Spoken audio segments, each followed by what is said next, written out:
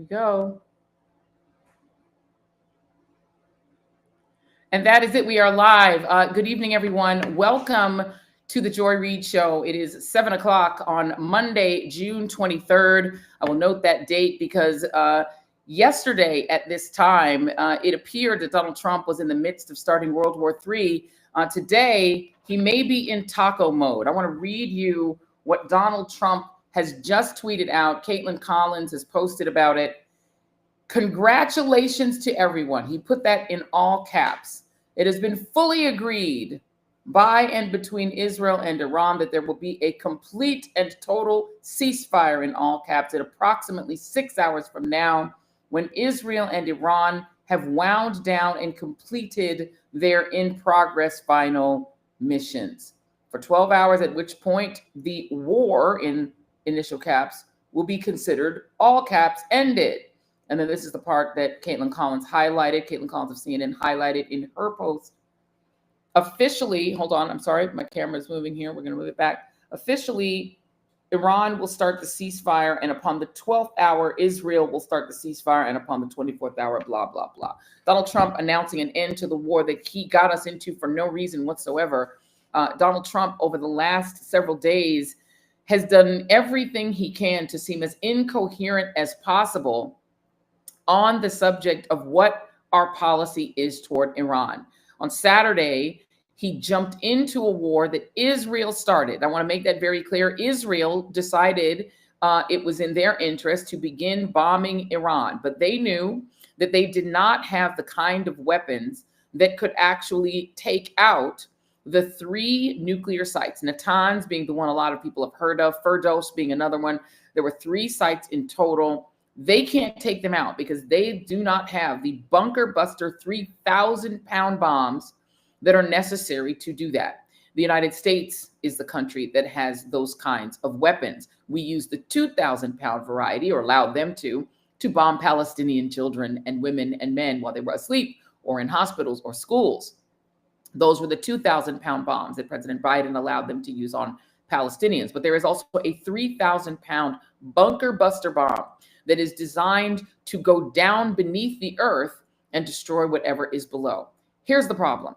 After that foray into dropping bombs in a country that has not attacked us, which is essentially a declaration of war, the Trump regime was unable to confirm that they actually had taken out the nuclear weapons capability of Iran, because they were not certain whether Iran had moved their nuclear weapons or their nuclear arsenals prior to the bombing.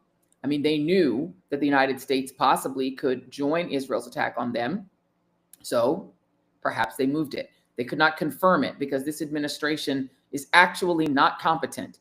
I don't think anyone could feel perfectly confident that this is an administration that could actually successfully prosecute a war. These are mostly television personalities, including Donald Trump, including Pete Hegseth, including their non-national security team, the Dr. Oz's of the world. But even in their national security team, there's been reporting in Politico that Mr. Hegseth, who is busy renaming military bases to give the Confederate traitors back their honorifics, that he's not even being listened to or talked to in this matter. It is a general whose nickname is the Gorilla, who Donald Trump is actually listening to.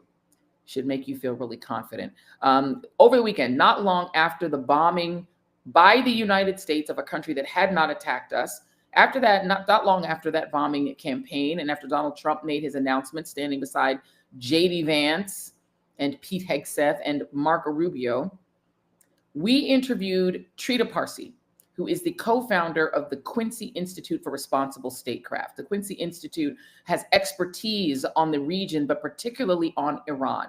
I want to play you a piece of that interview and what he said were the likely results of the folly of Donald Trump, who, I will remind you, ran for president vowing to end stupid wars, vowing to not start new stupid wars, and to even Marjorie Taylor Greene has noted betrayed his voters by starting a stupid war, which he now says is over. So I want to play you what Trita Parsi said to us on the Joy Reid Show. Let's play that. Rita, your reaction to Donald Trump's decision to bomb these facilities? I think Donald Trump has all but guaranteed that Iran will be a nuclear weapon state in 5 to 10 years from now. Because nothing motivates a country more to achieve a nuclear deterrent than having been bombed in this manner by another country. Because just in the last week, we've seen a tremendous shift in opinion within the regime and within the society in favor of weaponization because of this attack by Israel at first, and now the attack by Donald Trump. This is an important note that I think is really, really, really important to explain to you all. Because in regular folks' terms, what it means is that Iran understands that the only thing that could likely prevent the expansionist nuclear power in their neighborhood, namely Israel, which has attacked them unprovoked, which prevented them from cutting a deal with the United States under President Obama to curtail their enrichment of nuclear material, to keep it for civilian purposes. Donald Trump ended that agreement. Joe Biden did not restart that agreement. They've tried talking to us. They've tried negotiating with us. They've tried appealing to our sense of reason to say that we have a right as a sovereign nation to enrich nuclear material in order to heat our homes, in order to have an electricity grid powered by nuclear weapons, not powered by nuclear, not with nuclear weapons, but powered by nuclear material. And we could do that. We're a sovereign country. We tried negotiating and your proxy state attacked us. And I believe that Trita is just being logical when he says, if I'm Iran, I'm thinking when we did nothing, when we created no nuclear weapons, the result was Israel bombing us and attacking us and then getting its big brother, the United States, to drop 3,000-pound bombs on our enrichment facilities. If I'm Iran, I understand that the only way to prevent that from happening in the future is to get nuclear weapons. And so what Donald Trump has done is he has made it more likely, as Trita Parsi, the expert on these matters, said, he's made it more likely that they will obtain nuclear weapons. And I'll give you one more piece of evidence that that is likely true, because North Korea has nuclear weapons. Why? In large part, likely because in their neighborhood, the United States dropped bombs at the end of World War II on Hiroshima and Nagasaki in Japan. And so if you're North Korea and you've been at war with us, the Korean non-declared war, which was not declared a declared war, but was a war that was nonetheless waged by the United States against a country that had not attacked us, Korea, a country that was partitioning against itself and in the midst of a civil war, but we decided to get involved. North Korea said the only way to prevent the United States from attacking us is to get nukes. And they were right, because we are highly unlikely to ever attack North Korea because they have nukes. India and Pakistan, long at odds, lots of vicious hatred between these two countries. Do you know why they're unlikely to ever go to war against each other, despite their horrible disputes and disagreements? They used to, Pakistan broke off from India. They despise each other. They have differences of religion, differences of culture. But they're probably never going to go to war because they both have nukes. Another country that used to have nukes that no longer has them is Ukraine. Ukraine, which is why the right calls them the Ukraine. Ukraine was where many of the nuclear weapons owned by the Soviet Union used to be. And when Ukraine broke off from the Soviet Union in the 1990s, when they finally achieved their freedom, they were told they could not keep their nukes. So they let them go. They got rid of their nukes. And you know what happened? They got invaded by Russia a generation later, because they have no deterrent against Russia because they are not a nuclear power. And so Russia felt free to attack them because they no longer had their nuclear weapons. One more country that used to have nukes that no longer does is South Africa. South Africa, with the help of Israel, became the lone nuclear power on the African continent when they were a white-controlled country. When they were an apartheid nation, South Africa was a nuclear power with the help of Israel. The moment they became a black-run country, a country controlled by their actual majority, Africans, black Africans, they had to give up their nukes. Nelson Mandela was not trusted with nuclear weapons, but Donald Trump is. Nelson Mandela was not trusted with nuclear weapons. Bibi Netanyahu is. And I will note one more thing. Bibi Netanyahu and the nation he leads does not submit itself to the inspections process that other nuclear powers, including the United States, do. They do not subject themselves to the IAEA, which is the very agency that is demanding to inspect Iran's nuclear arsenal and that they submitted to allow to be inspected. They have now announced that they may back out of that agreement. And so the result of what we've seen Donald Trump do, his folly, his lie to his voters when he said he would stay out of stupid wars, the result of that is likely that Iran pulls out of the IAEA, pulls out of the international agreements that kept them from enriching to full nuclear weapons capability. Russia has already said, we're here for you, Iran. It's their ally. And they apparently like Iran more than they like Donald Trump. And they really liked Donald Trump because he is quite a good puppet for them. But we have now essentially made the Middle East, that region, far more dangerous and far more likely to have multiple nuclear powers, because the logical reaction of a country that has been bombed for no reason, having provoked no one, the likely reaction is to get nuclear weapons so that you will not be attacked again. I want to bring in, and I don't know if our guest is available, but I hope that he's available. I want to bring in Akbar Shahid Ahmed. Akbar is a really terrific journalist at the Huffington Post. Okay, we're going to wait to bring him in. So when he comes in, we'll bring him in. But I want to make sure that you all are very clear about another important aspect of this situation that I think is really, really important to understand, and that is our history with Iran. This is, there was an NBC headline that said that this, for the first time, the United States directly attacked Iran. That's actually not quite true. In 1957, John Foster Dulles, I believe there were two Dulles brothers. One was the head of the CIA, and the other was the Secretary of State, Allen Dulles and John Foster Dulles.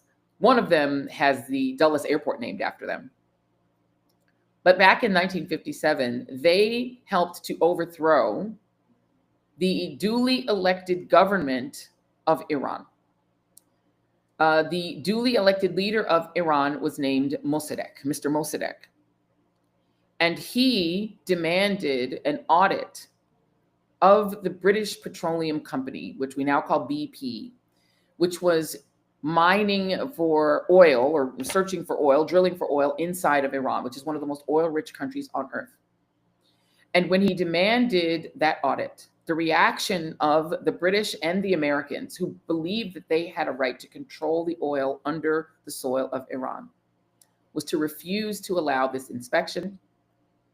And then when he said, fine, if you won't let us inspect, we will nationalize our oil. Our oil will belong to the Iranian people. The United States CIA overthrew him. He wound up sitting in a prison for the rest of his life because we overthrew his government, leaving in place the Shah of Iran, Shah Reza Pahlavi, who was before that a toothless Persian faux king, but who after that became a dictator, our dictator. It's something that we did all over the world under the Dulles brothers. They did it in the Congo. They did it in Chile. They did it all over the world because there was a belief in the West, and I believe there still is a belief in the West, that it is the West that gets to decide who has power, who has oil, who has resources, and who has freedom. We make the decision, and if you don't do as we say, if you don't obey us, we may overthrow your leaders, and we may also bomb you. I want to thank all the folks who have joined and joined Team TJRS. JT, I see, just joined. Thank you so much for becoming a member. You see the little emoji dancing for you.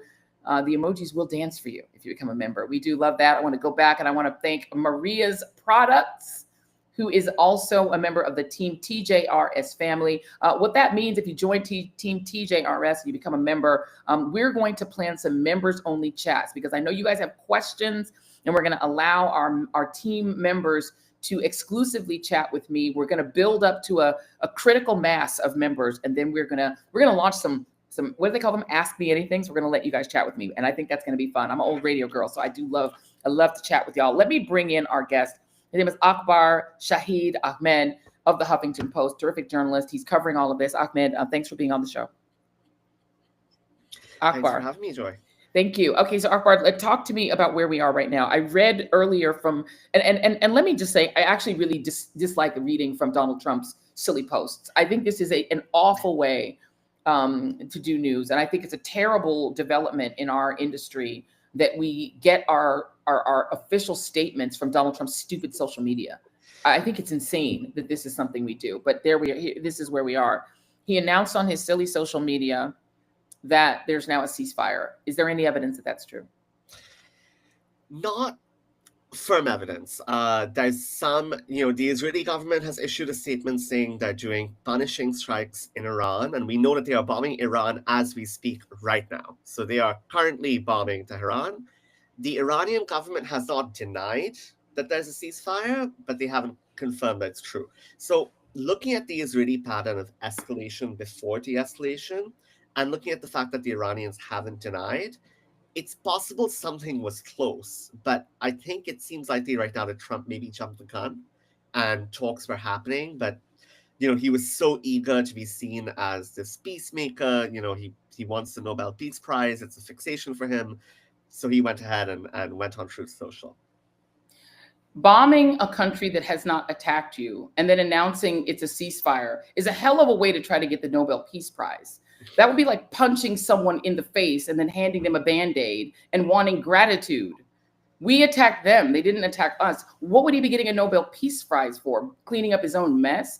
I mean, I don't even understand it, but I do understand that is a Donald Trump thing. He's jealous of Barack Obama.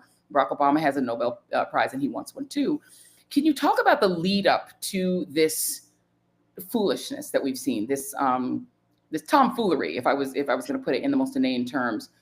Prior to Saturday, Donald Trump was saying that he was going to give it 2 weeks. He wanted, you will find out in 2 weeks what he was going to do. And he seemed to be actively talking to the Iranians about settling this issue of their nuclear material. What was going on leading up to this strike? So President Trump, after ripping up Obama's 2015 era deal with Iran, he had said, I want to have my own deal, right? He'd appointed his personal friend, this real estate businessman, Steve Witkoff, sent him off and actually pursued US-Iranian direct negotiations. But what we saw, Joy, was that Trump shifted the goalposts in terms of the US. So he actually went from saying, we'll pursue something similar to the Obama-era deal, to saying, I want a deal that is even more restrictive on Iran than Obama's deal. And that became a kind of sticking point for the Iranians, where you reached a point where they were kind of taking their time. And it's important to remember the Obama-era Iran nuclear deal took more than 3 years to negotiate, right? And then was approved by Congress and the UN Security Council. Donald Trump gave up on peacemaking efforts 4 months in, and instead pursued US bombing of Iranian nuclear facilities. So that's kind of the lead up to where we got, where Trump had, as he was saying, I want to have a deal with the Iranians, he did hold back Netanyahu, the Israeli leader, who had wanted to bomb Iran for a long time. Trump twice told him, we're not going to do it. Don't do it. We're talking to the Iranians. And that's really striking, because what that shows us is that none of this was forced. This was a choice. It was a choice to abandon diplomacy. It was a choice to not use the US leverage over Israel. And in June, he said, Netanyahu, go ahead. And that's kind of where we are now, is that Netanyahu has gotten what he's always wanted. Trump's own goal, and what experts say is quite important for global stability, of getting that deal, so we're not in crisis after crisis, that's further away. Do you have any sense of what triggering action? Did something happen between this statement that we were going to do 2 weeks and this almost immediate shift toward bombing? Did something happen? On the day that he said 2 weeks, he did have lunch with Steve Bannon, who is the right-wing commentator and kind of icon of the MAGA movement. I actually was at breakfast with him last week, where he was railing against this idea that Trump would pursue a war, and was saying, no, we America firsters, we didn't vote for Trump for this, right? So I think Trump, as diplomats say, as officials in his own administration say, fans of his say, he listens to the last person who was in the room with him, right? And so Trump issued that statement soon after seeing Bannon. But I think, Joy, it's so important to put this in the context of course, it's Trump's really dubious decision-making, but it's also where the US foreign policy establishment has been leaning for a very long time. So if Trump just was wavering, the easier option was to pull the trigger because there was already a US military buildup. His commanders were saying it. Netanyahu wanted it. The targets were selected. And so I think that's where he's not a patient person. He's not someone who has pursued long-term strategies in a lot of conflicts. This was available to him, and he thought it makes him look strong. I think certainly he was able to say, and you saw J.D. Vance, you saw Hegseth come out on Sunday and say, what an incredible success, what an amazing military leader President Trump is. So that's what he wants to hear. But the actual roots of this, Iran's nuclear enrichment, which did increase because Trump abandoned the nuclear deal, all of that material, all that expertise, and a lot of that infrastructure is still there. Right. And you know, Trita Parsi has said to us that not only is it still there, but Iran has now been incentivized to get a bomb. Because, you know, if Israel is estimated to have maybe up to 90 nuclear weapons, nobody really knows, because again, they don't submit themselves to inspections, which is really wild. If you're Iran, the only way to prevent Israel from threatening to bomb you again or threatening to attempt a regime change, which Trump also posted recently, regime change. He went full George W. Bush. The only way to stop that is to have a bomb. Go ahead. No, but earlier today he went full Bush. You know, I mean, literally, I think less than 12 hours before the ceasefire announcement. Who is Donald Trump listening to at this point? Because it can't be Pete Hegseth. Pete Hegseth is a television person. He has no experience as Secretary of Defense, and he's quite busy restoring Confederate traitor names to our army bases. So he's got a lot on his plate and doing a lot of hearings where he tries to defend it. Who is he listening to, Trump? Hegseth is definitely very interested in the culture war stuff. I did a big piece last week on Eric Kurilla, who is the top U.S. military commander in the Middle East. That's the guy nicknamed the Gorilla. Precisely. He was the chief commander also under Biden. And so in that period under Biden, post-October 7th, as the U.S. was escalating support for Israel to unprecedented levels for the pummeling of Gaza and then Lebanon and then occupation of Syria, Kurilla was the person overseeing all that. What I heard from officials who worked with him in that period were two interesting things. One, of course, U.S. officials are close with Israel. It is a partner. It's a long-standing ally. Kurilla, even by the standards of his peers in the U.S. government, was considered extremely close. One official said to me he had information about what the Israelis were thinking and wanting to do before anyone else in our government. So that tells you a lot about his closeness. And then there's the reality that he is on his way out.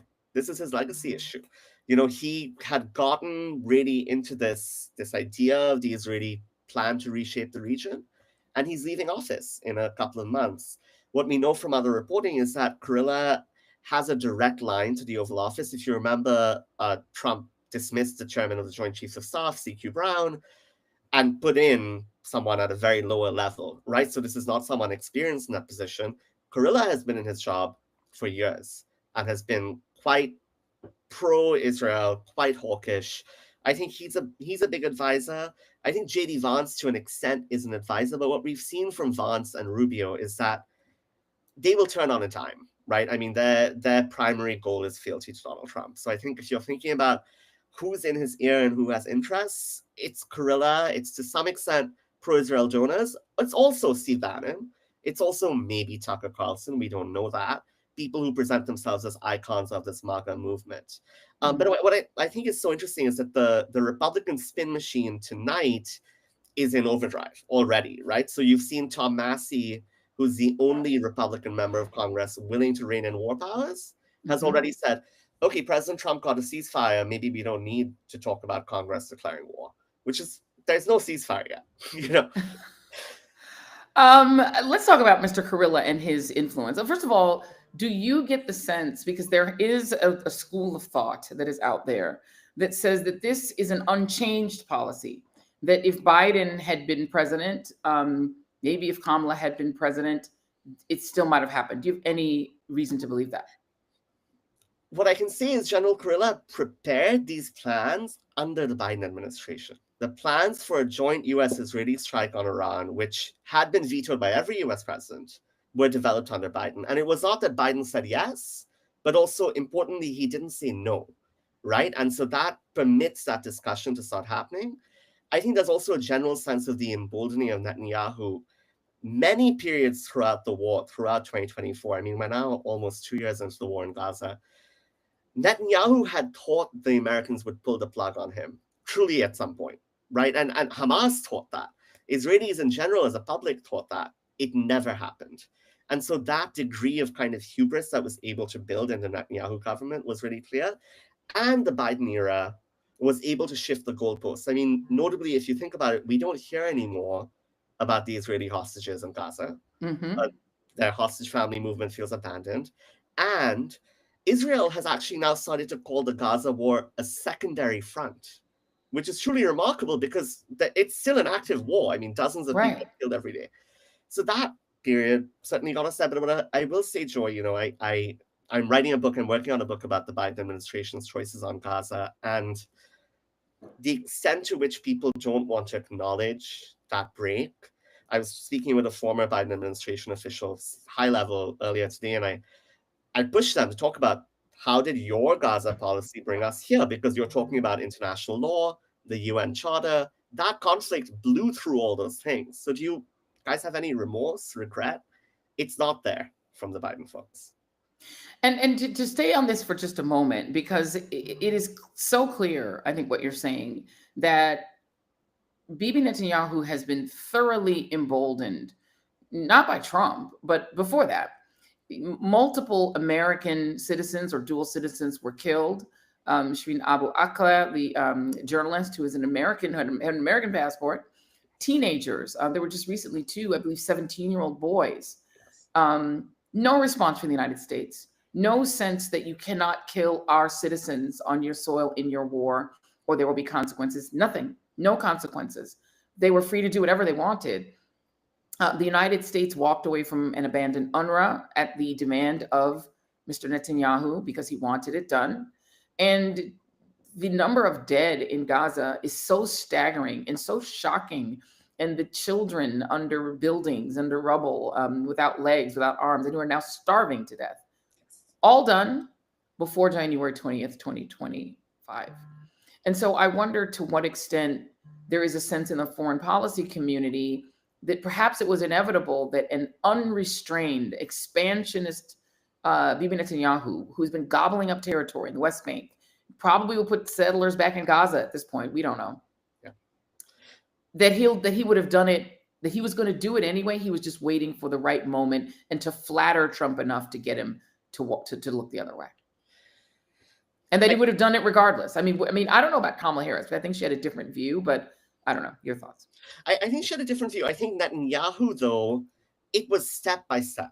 And, you know, we have to remember that the dress rehearsal for what we're seeing happened under Biden, specifically with Iran, in that the Netanyahu government bombed Iran's consulate in Damascus, killed Iranian generals. Then they bombed Tehran, killing Hamas's leader. Yeah.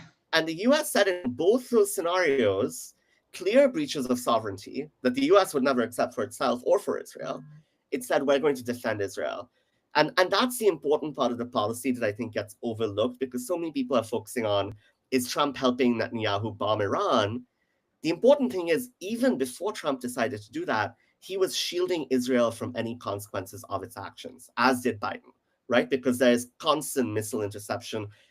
Now, some Israelis have been killed by the Iranian barrages, but generally Israel is shielded by the US. Its weapons are replenished by the US, and there's not a conversation. And there is a responsibility there for Congress too. Many lawmakers, including Democrats, did pass Biden's resupply of Israel military aid. They did stop themselves from questioning the Biden administration. And that kind of goes to the question too of how do we de-escalate now? Because where Netanyahu has proved a lot of US laws on the books about you will not use our weapons to kill our citizens, to commit international law violations, to create forced starvation, Netanyahu proved those laws don't matter. So if you're the Iranians and the US is coming to you, even in a scenario where there is a ceasefire now, and they're saying, okay, we're going to sign a nuclear deal with you, is it worth the paper it's written on, right? Because is any agreement just your mood? I want to talk about the why, and I don't know if you know this about Mr. Kurilla, but we did see in this extraordinary Tucker Carlson interview with Senator Ted Cruz, what I thought, and we talked about on this show, I thought the most kind of frightening thing that Ted Cruz said in a nearly 2-hour interview, that his policy prescriptions and policy attitudes toward Israel are not to do with American foreign policy needs and the primary, sort of issues that the American people care about. It is that the Bible, in his view, said that those who bless Israel will be blessed and those who curse Israel will be cursed. And therefore, because he is a Bible-believing Christian, he believes he must support whatever Israel does, including spying on us. He will look the other way at all of it because of dominionism, essentially. His father is a dominionist, wants the United States to be ruled as a Christian theocracy. And he expressed what sounded like dominionist beliefs. Is that the reason that Bibi Netanyahu has so much power in this country, that there is a evangelical right-wing Christian base inside of the Republican Party, but also maybe some inside of maybe the Democratic Party, that believe that there is some sort of godly calling on them to let him do whatever he wants? Well, I think Bibi Netanyahu's distaste and disgust for the diaspora Jewish community cannot be overstated. He's been really clear about it. And what we see from American Jews is they are not overwhelmingly supportive of Netanyahu. So I think a lot of the pro-Israel policy, crushing of dissent on the Gaza war is all framed as the battle against anti-Semitism. But if you look at who the champions are, yes, very often they will be evangelical Christians, not Jewish Americans, not anyone sort of intimately connected to the issue. So I think there's a firm root of that belief. I think we can't forget that in the Trump coalition, that's a major factor. It's also a major factor among donors, right? People will often talk about Miriam Adelson, who's a major Trump donor, who is Jewish, very pro-Israel. But there's a whole constellation of additional Trump donors who are not Jewish, who may have very, very firm pro-Israel beliefs. And this is where the factionalism in the Republican Party is quite interesting, because you have on the flip side the Charles Kochs of the party who are pretty skeptical of Israel, right? Pretty skeptical of the foreign policy moves. So that's creating a clash. In terms of Washington broadly, I think Democrats just don't want to have that conversation. They find it really scary. Even lawmakers, even ambitious Democrats, some of whom I've encouraged, I've asked to speak for my book, they'll want to go on background. They'll say, "Oh, I'm literally losing connection. I had a lawmaker do this to me last week." So, I can't hear you. I'm sorry, Akbar. I'm sorry, you're breaking up.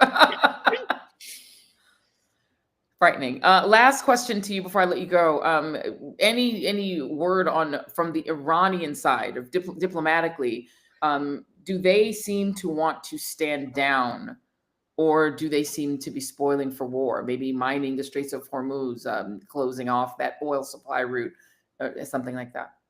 I was connecting with some Iranian sources earlier today, and the mood I got that was so interesting was, it goes back a little to your point about deterrent and nuclear weapons, right? Of even if they kind of agree to an accord right now, they're going back and thinking we could be hit at any time. Israel is extremely unpredictable. And this is something I've heard not just from Iranians, but Arab officials in the region, right? Who have felt, okay, what Israel has showed us is anyone who they think is too strong in the region is a potential target. I mean, Turkey is raised as a country that could be at risk. Egypt, you've seen Israel's ambassador to the US criticize Egypt, try to cut off aid to Egypt.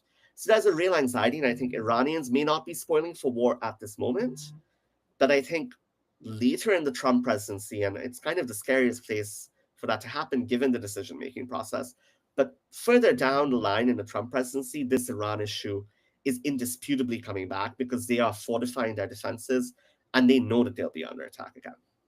I think that is a rational way to look at it. And this is not to say that that regime is not horrible to its own people. But that does not mean that we ought to go to war against them and provoke a war against them and commit acts of war against them.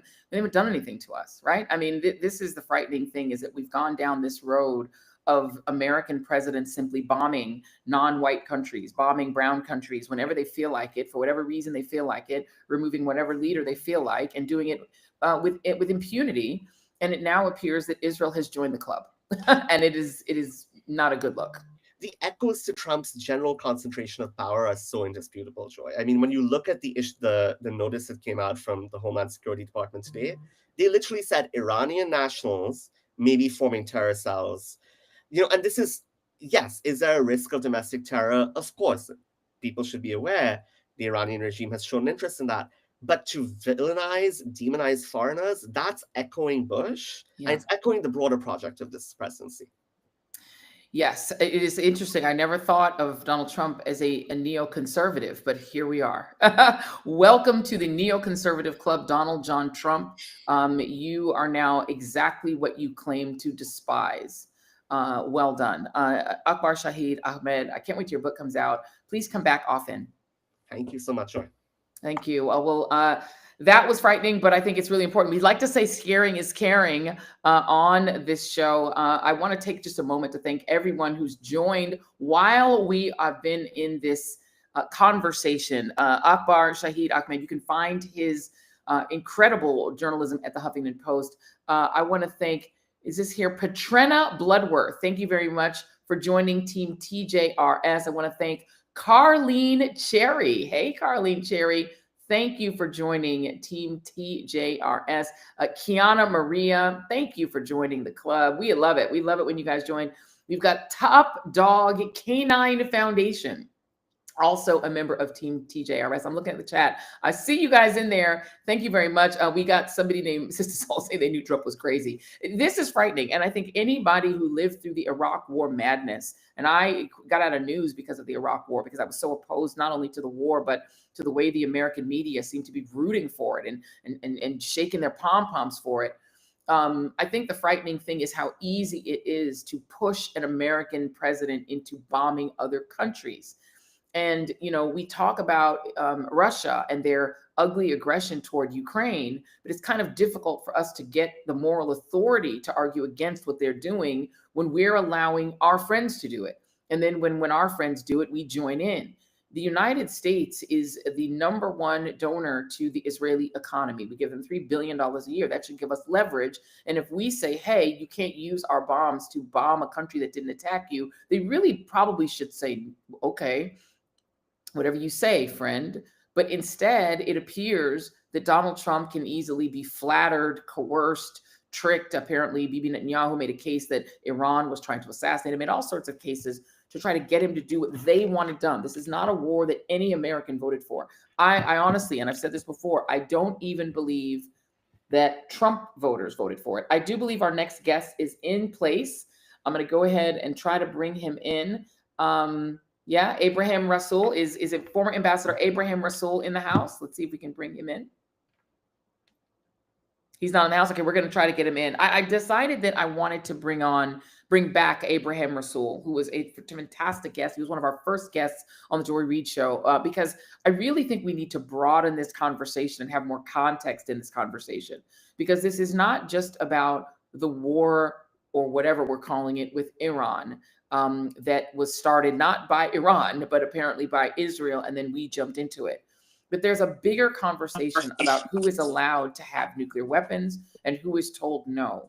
And one of the countries that used to have nuclear weapons and that then was told they may not have them, that they must give them up, was the country of South Africa. South Africa was a nuclear power when it was white controlled. And then when it became black controlled, when it fell under the control of its African majority, its black African majority, they gave up their nukes.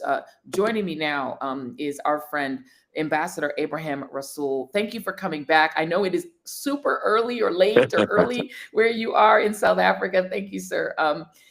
Can you walk us through how it is that South Africa ceased to be a nuclear power? Look, I think it's interesting to start with, and it's great to be with you again, Joy, even at this hour in South Africa.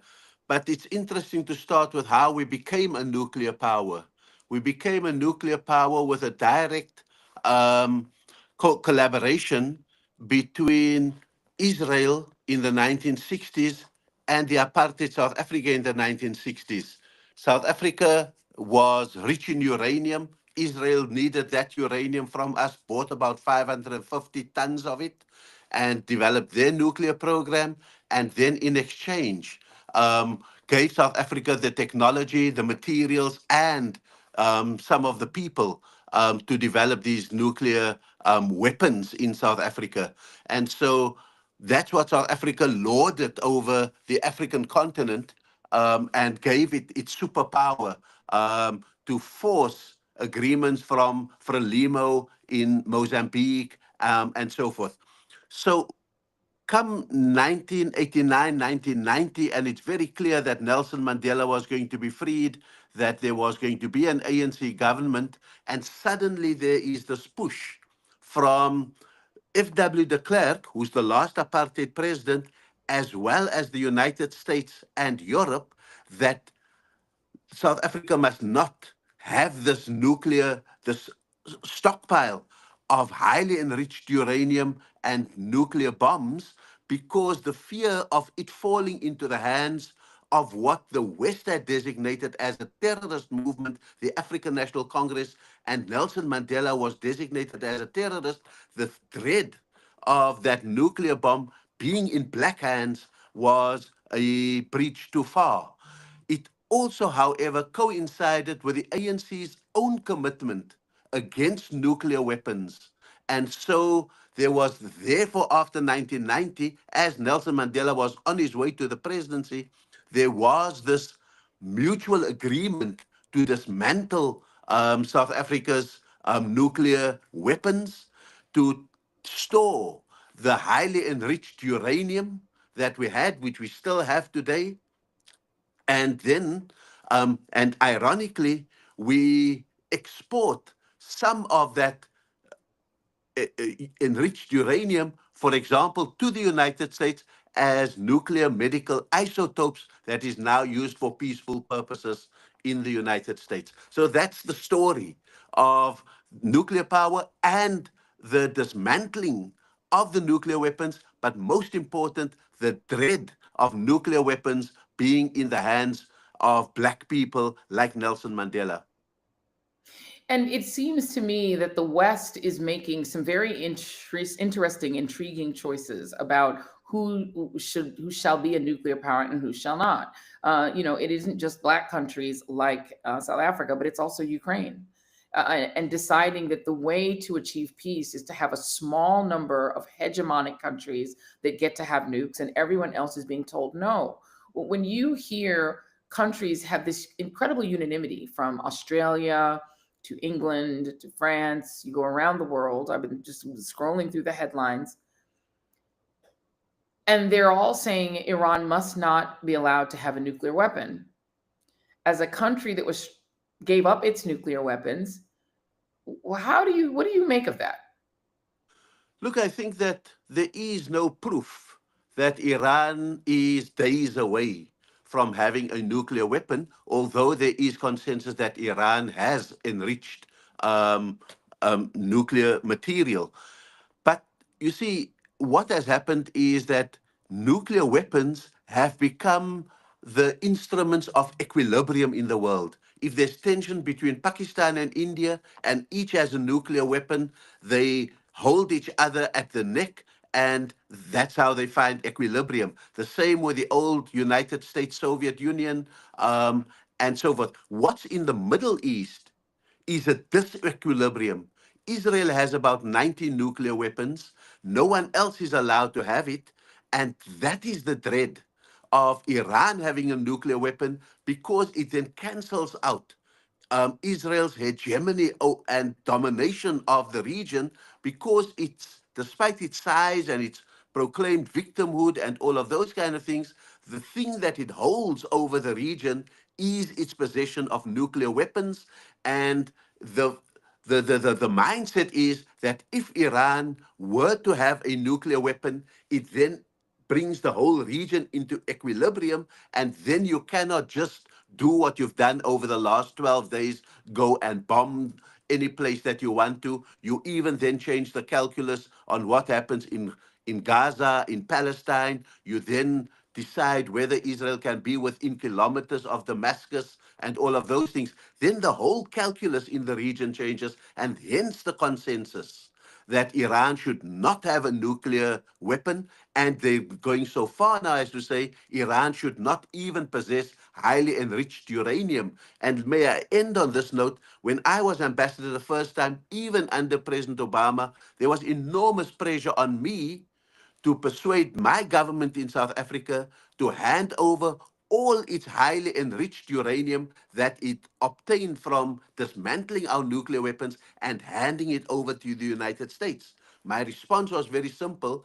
A member of the Non-Proliferation Treaty, like South Africa, cannot hand over our highly enriched uranium to a country like the United States that is not bound by the rules of that same treaty. You are not a member, and therefore you don't deserve to hold what we had. And much the same way, neither Israel nor the United States have the right to speak the language of a body that they are not members of and not accountable to.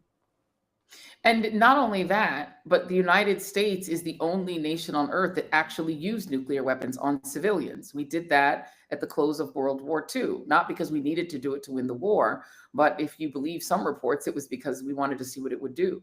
The idea that a country that has dropped nuclear weapons on civilians should lecture the world about who ought to hand their nuclear material over and why and where is actually pretty rich. And when it comes to Israel, I still recall as we were covering the post-October 7 just horror show in Gaza and the over the top, even Joe Biden, who is a great friend of Israel, called it over the top reaction of what they did militarily. There were members of Bibi Netanyahu's party who were, I hope, joking, but who were talking casually about nuking Gaza. And No, that being a absolutely. solution. Go ahead. No, absolutely. And so I think that it's precisely the point I made with the United States. We dismantled our weapons. You actually used the weapons, not once, but twice over one country, destroying its absolute infrastructure. And you occasioned the race for nuclear weapons across the world, and you made it the weapon of equilibrium. And therefore, if you don't want to be dominated by the US, you should get a weapon of your own. And therefore, the blind eye to white apartheid South Africa, to having a nuclear weapon so that it could maintain a dominance over the African region. And so I think we are living in a world fraught with hypocrisy, but most importantly, it's also fraught with lies. The lies about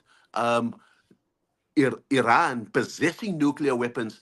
It was given the lie by Tulsi Gabbard and the intelligence community of the US itself. It was given the lie by the International Atomic Energy Association, who said, yes, Iran was in infraction with its nuclear program, but did not have nuclear weapons. And so I think we are now in a situation where I would even go so far as to say, in a few weeks, we may predict that the reason that there is no nuclear radiation emanating out of what the USA bombed over the weekend at Forno and so forth is because there may not be the nuclear materials underground that they were saying. Either it was moved, or it proves the point that the degree of enrichment that they was using as the pretext for bombing Iran did not exist. I would not be surprised either. Ibrahim, Russul, I'm going to let you get some rest. Thank you so much. We so appreciate you. We are sorry to wake you up so early in the morning / late at night, but we just genuinely appreciate your intellect, your historical facts, and your assistance in helping us understand the understandable. Thank you, sir. Thank you very much, Joy. Thank you. And I want to go ahead and let you all get your comments in, because I think there's a lot of fear when it comes to whether we're going to end up in World War III. I think a lot of people are very concerned about that. I'm looking in the chat right now and I'm seeing a lot of commentary on that vein. And the idea that the United States and that Donald Trump in particular, let's talk about him. When he ran for president, he was very clear. This is one of the few things he said that was actually crystal clear. No new wars, no dumb wars. A lot of his supporters were very, very clear that this was why they supported him. There were people who said that they didn't even like Donald Trump, but they feared that the Biden administration were warmongers and wanted to go to war in the Middle East and wanted to increase war. There are people who were angry about Ukraine. They were angry that we were supporting Ukraine and arming them against Russia, and they wanted nothing to do with it because of a fear that we would be sucked into a war in Ukraine, between Ukraine and Russia. A lot of people voted for Trump, calling him the peace candidate. And now what we're seeing is a president who promised peace, bombing a country that did not attack us, and then saying they should sue for peace now. That is literally like shooting someone in the face and then handing them a Band-Aid and saying, let's be friends now, let's have peace. You did it. They didn't do it. And let's be very clear, Iran, that regime, again, and I've said it at the top of this podcast, and I'll say it again, is what it is in large part because of us, because we made the decision to overthrow the duly elected, democratically elected government and put a dictator on top of them. And they didn't want it.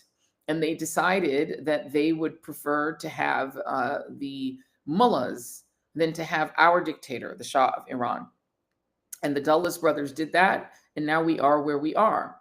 And, if Bibi Netanyahu was to get his way and get a puppet government in charge in Iran, a government that would subordinate itself to his wishes, do what they're told, behave and be nice boys, good boys and girls, that would eventually be overthrown too.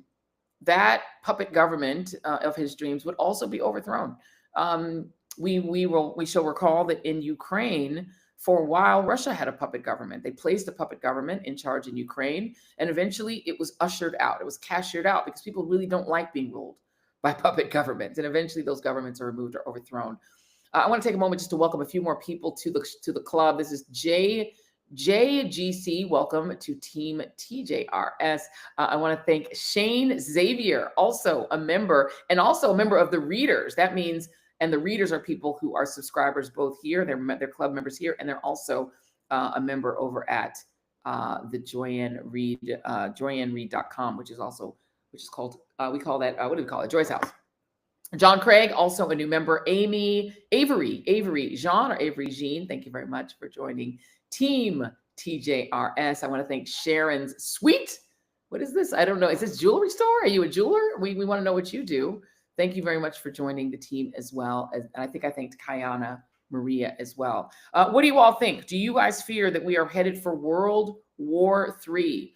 How are you preparing yourselves? What are you doing to try to process the idea that we may soon be in a war with Iran, or maybe there is a ceasefire? That's what Donald Trump says. Donald Trump would love to have a Nobel Peace Prize. His goal has been to have a Nobel Prize since Barack Obama won the Nobel, and he believes that if he starts a war and then ends the war, maybe he'll get the Peace Prize.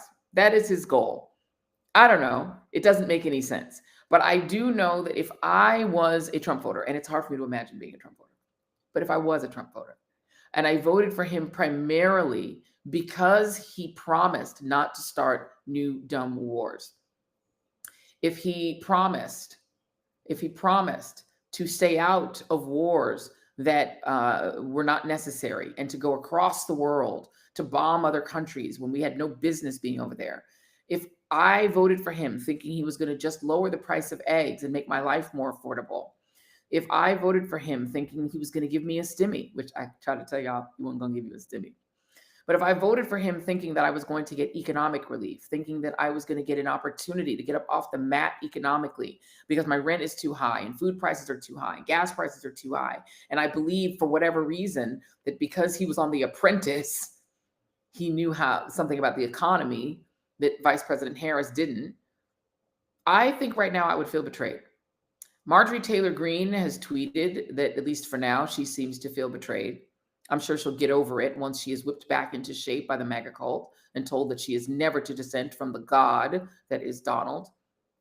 Thomas Massie seems to be getting himself back in line because he doesn't want to be attacked by the MAGA base. So he seems to be getting himself back in line. I want to also big up Naima Musadik. Thank you very much for joining Team TJRS. The MAGAs are trying to reconstitute themselves and get back in good order with Donald Trump because no one ever wants to be on his bad side. Bad things happen. You get a lot of threats and anger and rage from his base when you go against him. But the reality is he really did promise no World War III, and he accused Kamala Harris of preparing to start World War III.